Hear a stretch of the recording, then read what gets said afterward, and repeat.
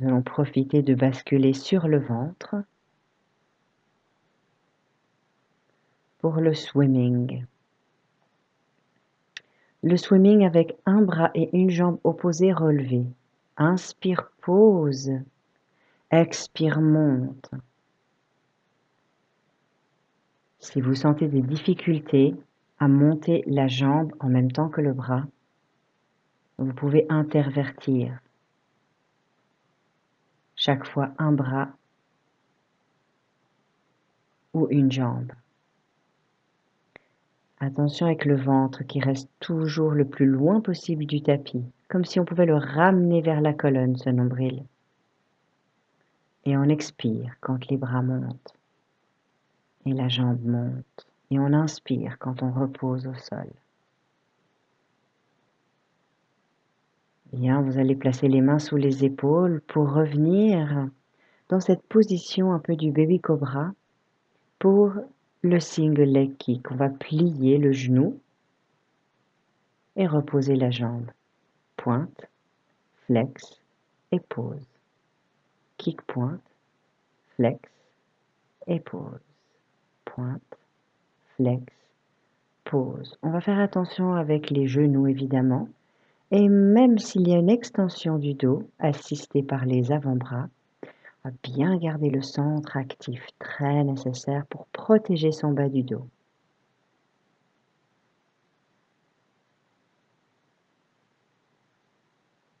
Avec une extension de buste. On expire lorsque l'on monte et on inspire lorsque l'on descend.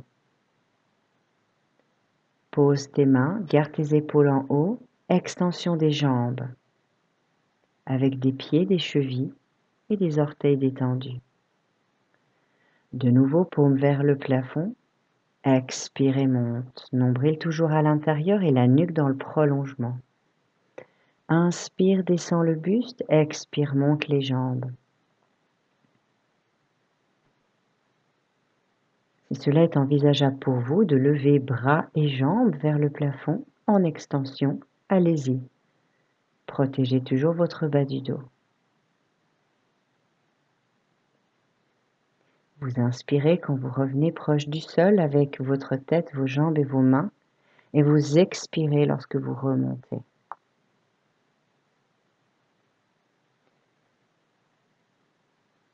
Une petite transition en posture à quatre pattes pour faire le swimming prep. Coordination du bras et de la jambe opposée. Expire, on tend le bras, on tend la jambe et on garde l'équilibre. Expirez, tendez le bras, tendez la jambe. Inspirez, pause.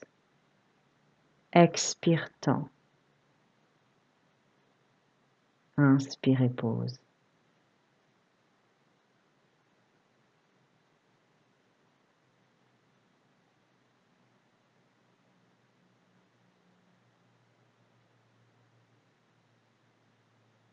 Sur les avant-bras, nous allons faire la posture du dauphin. Croche les pieds, tends les jambes, ainsi tu n'as pas le poids sur tes mains. On étire l'arrière des jambes, le dos, mais avec prudence sur les épaules. Puis à la place des coudes, viennent se poser les mains. Posture de l'éléphant, croche les pieds, monte les hanches et à nouveau on se retrouve cette fois-ci avec des appuis sur les poignets un peu plus. On étire les bras, on étire le dos, on étire les jambes. On va revenir en position de repos un instant en posant les mains derrière les genoux pour que ce soit moins pénalisant pour la flexion du genou.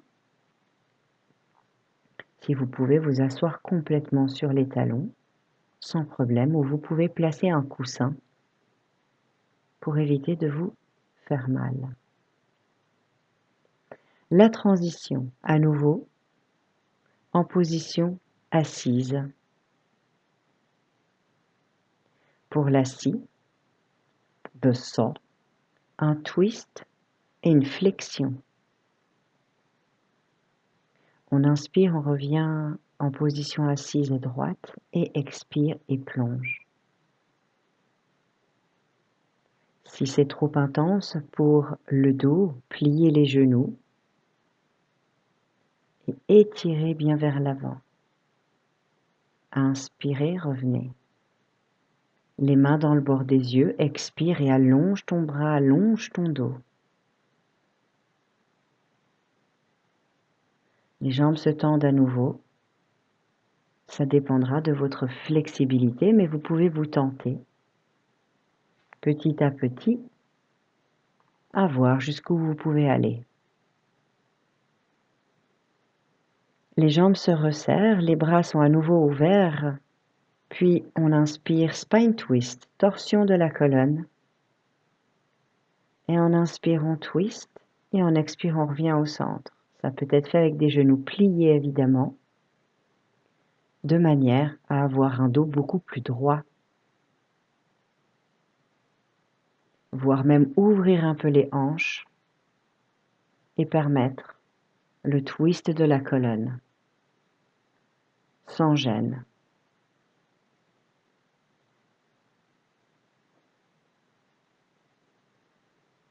On inspire et on va de nouveau dérouler au sol. On pose son dos. De nouveau, attention avec le positionnement de votre tête. Ne mettez rien sous votre tête. Les deux pieds sont par terre et on va faire un pelvic tilt, pelvic curl, shoulder bridge. On redescend, reposez la colonne au sol. Vous pouvez éventuellement garder les bras relevés et on bascule. Pubis monte, les hanches montent et on appuie un peu sur les épaules, on relâche la nuque et vous redescendez. Vous pouvez le faire avec des bras ouverts. Basculez, montez, laissez les hanches s'étirer et redescendez doucement en expirant. Les bras au-dessus de la tête pour autant que ça aille pour vos épaules. Bascule, pubis monte en expirant. Inspire en haut. Expire et redescend. Posez cette colonne au sol.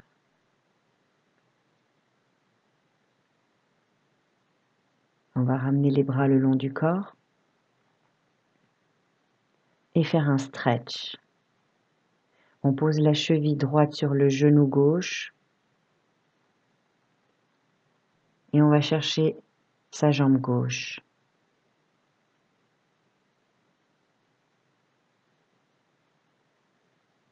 Pensez à vous auto-grandir. Laissez de la place dans le creux de votre dos. Relâchez vos pieds et sentez l'étirement dans le fessier gauche.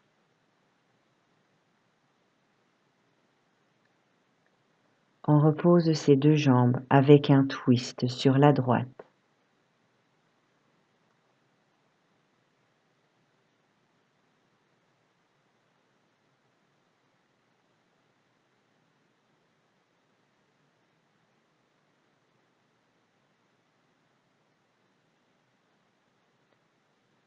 La jambe peut bouger selon la tension que l'on peut ressentir dans la hanche. N'hésitez pas à redescendre vos deux pieds l'un à côté de l'autre. Même chose. Cheville droite sur genou gauche, les deux mains vont attraper le genou gauche. Pensez à l'autograndissement. La sensation sera sur la hanche et la fesse droite.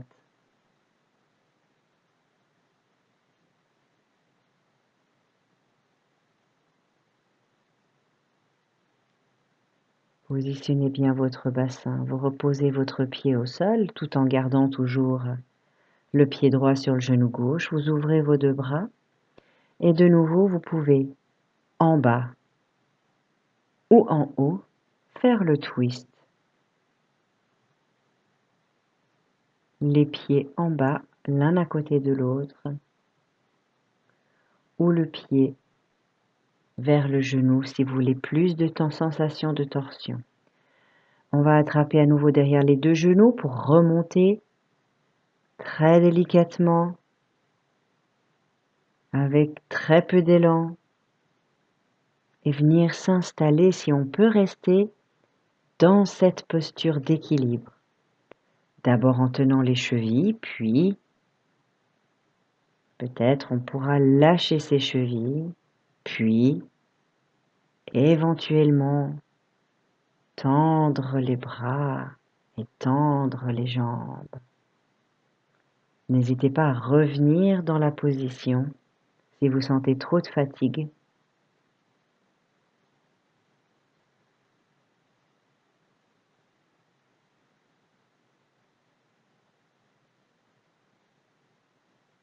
Puis gentiment reposer les deux pieds au sol, les allonger. Étirez votre corps vers l'avant et relâchez votre corps.